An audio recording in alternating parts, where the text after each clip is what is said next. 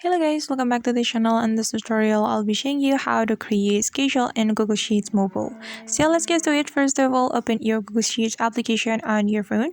And after that, if you want to create schedule, the first thing you have to do is you can click on this plus button. Then instead of clicking on new spreadsheet, you can click on choose template right here.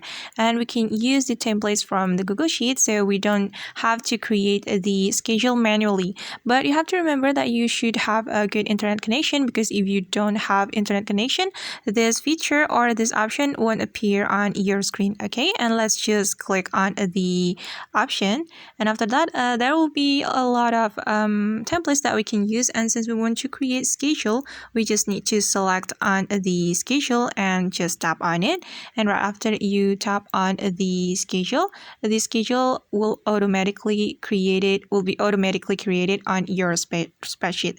And you can modify the schedule as you want, guys. You can modify the this time. You can also modify the date, and it's up to you.